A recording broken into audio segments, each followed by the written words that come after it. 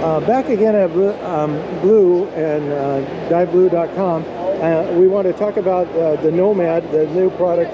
One more thing Blake and I were talking about is the fact that I don't know if it's a warning or just the fact that if they try this and you go diving in the water, your next step will be scuba, because you'll have too much fun down at 30 feet and you'll want to go deeper and for longer, you know, to maybe see those shells that you didn't see before. Yep. And or fish or whatever. Exactly. I mean, there's two questions that everybody kind of should be asking: is how do we get more people to start diving?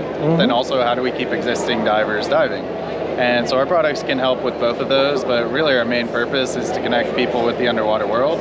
And we want to do that in a way that fosters ocean conservation. But for those people out there who have looked at scuba diving and they put it in the list of things that aren't for them for one reason or another, just the bulky gear, claustrophobia, that sort of thing, this can really appeal to them and get them started. You don't need a tank on your back. You can float everything at the surface, breathe underwater with just a little harness on, and start in that shallow water. Next thing you know, that person may move on to scuba and just fall in love with the underwater world.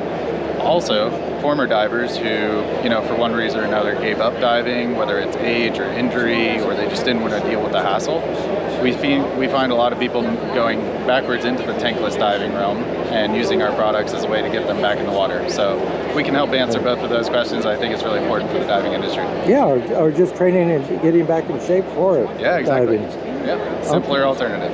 Thank you very much. All right, cool. Thank you.